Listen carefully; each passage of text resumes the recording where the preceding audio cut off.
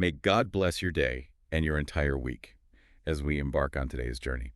So, um, imagine for a second that you are working in this like highly competitive office, right? Oh, I know the type. Yeah, exactly. And a coworker decides to file this massive formal HR complaint against you. And uh, their stated reason is that you left a coffee mug in the break room sink. Right, a single coffee mug. Right. Now, and literally everyone in the office knows this has absolutely nothing to do with a coffee mug. They are actually furious because, well, you just got a major promotion and they didn't. Yeah. So the mug is just the smokescreen. It's the pretext for this, bigger power struggle. It's a classic misdirection. I mean, people rarely attack the actual core of an issue when they're operating out of, like, deep jealousy. They find a proxy, something socially acceptable to complain about, and they weaponize it. Which brings us perfectly to the sources we are looking at today. Because thousands of years ago, right in the middle of a desert migration, that exact same dynamic played out at the highest levels of leadership. Yeah, it really did. So for this deep dive, we are pulling from the texts and the study notes of two highly respected sources. We've got the Holman Study Bible and the NWA, which is the Nova Almeida Actualizada Study Bible. I know. And we're focusing specifically on Numbers chapter 12. It's a brilliant text because, it strips away that whole myth of the flawless marble statue historical leader. It gives us this raw, unfiltered family drama, complete with, like, deep-seated envy and a showdown that literally stops an entire nation in its tracks. Wow. So our mission today is to unpack this infamous rebellion. We're looking at Miriam and Aaron, who decide to publicly turn against their own brother Moses. And we need to separate their flimsy pretext from their actual hidden motive. Exactly. By doing that, we're going to discover what this ancient desert conflict reveals to you about the true nature of leadership, the misunderstood concept of humility, and the severe gravity of consequence. Okay, let's unpack this. To really understand the stakes here, we have to recognize the org chart of this ancient camp, so to speak. Right, who's who? Right. Miriam and Aaron aren't just Moses' siblings. They are heavyweights in their own right. I mean, Miriam is already recognized as a prophetess. She led the victory song after they crossed the Red Sea. She's a major figure. Oh, absolutely. And Aaron is the high priest. He's the literal conduit between the people and their religious rituals. So they have major status, but suddenly they start this public smear campaign against Moses. And their stated reason. Yeah, the text tells us they spoke against him because he had married a Cushite woman. Okay, so that's the coffee mug in the break room sink. Exactly. It's the formal grievance they file. But why this specific complaint? Like, what makes a Cushite wife such an effective proxy for their anger? Well, what's fascinating here is the historical ambiguity surrounding this woman. The study notes explore this in depth. The identity of this Cushite wife is heavily debated. Really? Yeah, the Holman and NWA notes synthesize a few historical theories. The first is that this is simply Moses' first wife, Zipporah. She was a Midianite, and the region of Midian is sometimes geographically or culturally linked to Cushan. So if this is Zipporah, it might be that she had just rejoined the camp after being away. Oh, and Miriam and Aaron are using her sudden reappearance to sort of stir up old resentments. Exactly. But wait, if she's a Midianite, calling her a Cushite almost sounds like a slur, or at least like an intentional othering. It's highlighting her outsider status. That is a very distinct possibility, and it leads to the second major theory. Cush, in ancient times, is predominantly associated with a totally different region. Where? Ancient Ethiopia, or the region of Nubia in modern-day Sudan. So another very strong historical possibility is that Zipporah had actually died, and Moses had taken a second wife of African descent. Wow. Which introduces a completely different dynamic into the camp's politics. I mean, if she is Ethiopian, they are targeting her physical and cultural differences. Yeah, and the NWA notes explicitly address this. If she was of Ethiopian descent, commentators point out that there might be an element of racial or ethnic prejudice fueling their public complaint. Ah, I see. In a displaced, wandering community, xenophobia is a very easy button to push. Miriam and Aaron might be trying to leverage an insider versus outsider mentality to chip away at Moses' popularity. Just trying to find any wedge issue. Exactly. Any issue that will alienate Moses from the general population. But the narrative doesn't let them hide behind that wedge issue, does it? The text essentially swats the Cushite wife excuse away in the very next breath. It really does. The smokescreen clears instantly, and the text exposes the real machinery at work. Right, they say the quiet part out loud, because in verse 2, Miriam and Aaron ask, has the Lord spoken only through Moses? Hasn't he spoken through us too? Boom. There's the actual grievance. Yep. It has absolutely nothing to do with who he married. Mhm. It is a blatant, C-suite power grab. The Holman notes clarify this beautifully. The ethnic or marital objection was pure pretext. The true objection was the supreme position of authority that God had uniquely assigned to Moses. They want that top spot. Right. Miriam and Aaron are looking at their own resumes. They're saying, hey, I'm a prophetess, I'm the high priest, and they are essentially saying, we have a direct line to the divine as well. Why does he get to be the undisputed chief executive? They want co-equal status. Okay, but right after they make this brazen public challenge, the text does something that has always, it's always tripped me up. Oh, the humility line. Yes, it inserts this parenthetical statement about Moses' character. It says, now Moses was a very humble man, more humble than anyone else on the face of the earth. And I have to push back on this. It's a tricky verse. Right, because if we operate under the traditional assumption that Moses is the primary author or source of the book of Numbers, how does that work? Writing, I am the humblest man on earth, is functionally the most arrogant thing a person can do. It is. It's like wearing a T-shirt that says, world's most modest guy, you know? It feels like a massive contradiction to our modern ears. And scholars have wrestled with that exact paradox for centuries, actually. Some suggest a later editor inserted that line to defend Moses retroactively. Which would make sense. But the study Bibles offer a much richer theological solution by looking at the original language. The NAA notes drill down into the Hebrew term used there, which is anav. Okay, let's define anav, because if it doesn't mean modest, what does it mean? Well, anav translates closer to poor, afflicted, or meek, but not meek as in weak. It describes a disposition that completely lacks the drive to assert one's own rights. Oh, interesting. It's an attitude of total radical dependence on God. It's not about having, low self-esteem. It's about a complete refusal to engage in self-advocacy when attacked. So it's less about him thinking, I'm a really unpretentious guy, and more about him saying, I refuse to fight my own PR battles. Precisely. The author is using anav to explain Moses' reaction to his siblings' coup, which is absolute silence. He doesn't say anything. Nothing.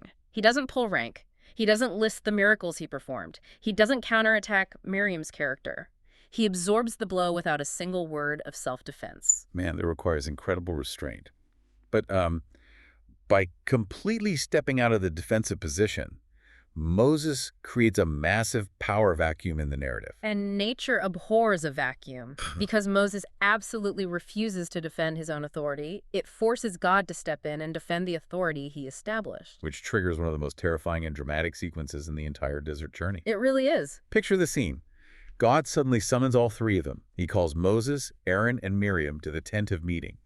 It is the ultimate version of being called into the principal's office, except, the principal is the architect of reality. Yeah, you don't want that summons. The text says the Lord descends in a literal pillar of cloud, stands at the entrance of the tent, and calls Aaron and Miriam forward to deliver his verdict. And God's defense here doesn't just reprimand them.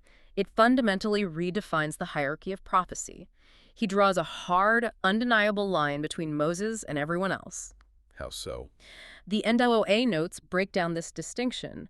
God acknowledges that he speaks to normal prophets. He says he makes himself known to them in visions or speaks to them in dreams. And the original language implies speaking in riddles or enigmas. It's revelation, but it requires decoding. Okay, so it's like hearing a beautiful symphony, but you are listening to it over a static-filled, long-distance radio broadcast. You get the melody, but you miss the clarity. That's a great way to conceptualize it. But with Moses, God says the communication is entirely different. The Holman notes highlight the Hebrew phrase used here. It's peh el peh. It means mouth to mouth or face to face. It is not in figures. It is not in dark sayings or blurry visions. It's native fluency. It's having a clear, brightly lit conversation in your native tongue where nothing is lost in translation. So God is validating their resume like, yes, you are prophets, you get the dreams and the riddles, but Moses gets the unvarnished reality. Furthermore, God states that Moses is trusted like a faithful servant in his entire house. The NAA notes draw an important parallel here. They compare Moses to figures like Eliezer managing Abraham's estate or Joseph running Potiphar's house. Right, total authority over the household. Yeah, Moses manages the entirety of God's household with total fidelity, and because of that unmatched faithfulness, God says Moses actually beholds the form or likeness of the Lord. That is an overwhelming level of intimacy. God is essentially asking them, If I trust him with the very vision of my likeness, how dare you treat him like a middle manager you can just vote out? He asks them exactly that.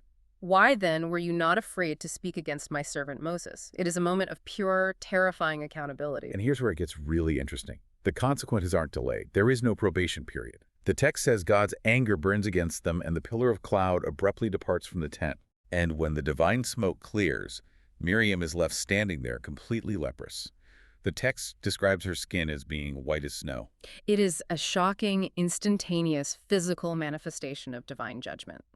Now, we need to pause here and clarify what this disease actually entailed. Yeah, because modern readers hear leprosy and immediately think of Hansen's disease, right? The modern bacterial infection. Right, but both the Holman and NOBA notes clarify this. So what are we actually looking at, medically and culturally? The biblical term translated as leprosy, which is zarat in Hebrew, was a broad umbrella term covering a variety of severe skin diseases. Given the description of her skin turning white as snow, and later Aaron comparing her to a stillborn child with its flesh half consumed. Which is a horrifying image. It really is. The notes suggest this points to a severe decaying, flaking skin condition. It could be something akin to incredibly severe aggressive psoriasis. But the physical agony is only a fraction of the punishment, right? The real devastation is social and spiritual. Absolutely. Under Levitical law, which Aaron, as high priest, was intimately familiar with, a skin disease of this nature instantly rendered a person ceremonially unclean. So she's cut off. Completely.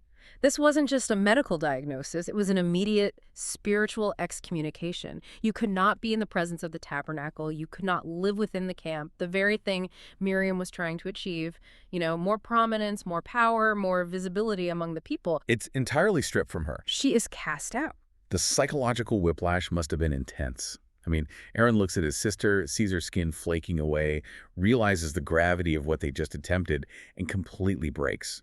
He turns to Moses, the brother he just tried to overthrow, and begs for his help. He confesses, "We acted foolishly, we have sinned, do not hold this against us." And this is the moment where that concept of Anna, that radical, dependent humility we talked about, is put to the ultimate test.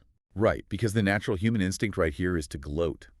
I mean, if someone tries to destroy your career and they immediately suffer a catastrophic failure, the temptation to say, "I told you so," is nearly impossible to resist. Oh, for sure. You want to let them sit in their misery for a while to learn their lesson.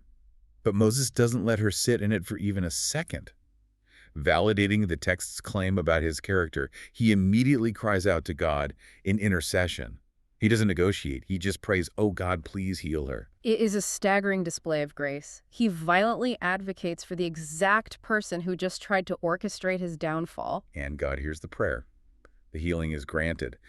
But, and this is a crucial, but in the narrative, the situation is not magically waved away without consequence. No, it's not. Moses' prayer averts the permanent destruction of his sister, but God insists on a profound lesson in communal discipline. Which introduces a piece of imagery that, quite frankly, sounds incredibly harsh and bizarre to anyone reading it today. Yet God responds to Moses' plea by saying, "If her father had but spit in her face, should she not be shamed 7 days?" So God commands that she be shut out of the camp for a full week. And I have to admit, God talking about a father spitting in his daughter's face feels unusually aggressive. Why use that specific visceral metaphor? It is jarring, but this is where we have to rely heavily on the cultural context the NWA notes provide. We can't read this through a 21st century Western lens. In the ancient Near East, the patriarchal family structure was the foundational unit of all society. Right. And within that honor and shame culture, spitting in someone's face was a customary, established form of ultimate public shaming and familial discipline for a grievous insult. Okay, so it's not about arbitrary physical abuse. It's a cultural shorthand for the highest possible disgrace a subordinate could inflict on an authority figure. Precisely. God is using an analogy that Moses, Aaron, and the entire camp would instantly, implicitly understand.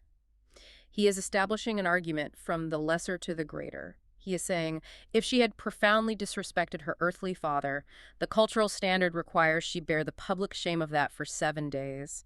How much more weight does rebellion against the supreme divine authority carry? Ah, that makes sense. It makes the punishment proportional.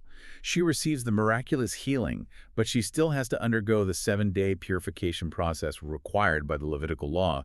She and Aaron knew so well, she is shut out of the community. She has to sit in the reality of what she did, and this is where the narrative shifts from a private family dispute to a macro-level lesson on community. Yes, and this is the part I want you, the listener, to really internalize, because the text notes a massive ripple effect here.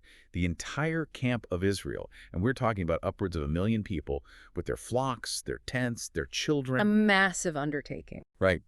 They did not pack up and march to their next destination, the wilderness of Paran, until Miriam was brought back. They literally stopped in their tracks for a week. The entire progression of a nation toward the promised land is entirely suspended. Think about the logistics of that. Hmm. 1 million people sitting in the blistering desert, eating manna, unable to move forward, all because 2 people in upper management couldn't manage their own egos. Yeah. It really forces you to think about how internal conflicts function in our own lives. When you have toxic jealousy in a workplace, or when leaders within a family are quietly sabotaging each other, the damage isn't contained to the people fighting. It halts the progress of the entire community. Projects stall out. Family growth stagnates. The whole group is stuck, sitting in the desert waiting for the drama to resolve. If we connect this to the bigger picture, it fundamentally challenges how we define ambition in leadership. According to this text, true leadership isn't about grasping for power or demanding that your voice be the loudest in the room. Miriam and Aaron tried to elevate themselves at the expense of another, and the result was public humiliation and the stalling of a nation. Moses, through his Anev, completely emptied himself of the need to self-promote, and God himself provided the elevation and the protection. And we are taught the exact opposite today. We are taught to aggressively market ourselves, to build an airtight personal brand, and to loudly defend our territory the second someone encroaches on it. But the narrative argues that quiet faithfulness has a louder echo than self-promotion. Moses prefigures the ultimate servant leader model. He entrusts his reputation entirely to the one who appointed him, rather than fighting in the mud to keep his title. Which leaves us with a lingering question that the text doesn't explicitly resolve, but one that is really fascinating to ponder. Think about day 8. The 7 days of exile are over. Miriam is purified and brought back into the camp. The trumpets sound, and the 1,000,000-person march resumes. How did those 3 siblings look at each other across the campfire that next night? That is a profound psychological question.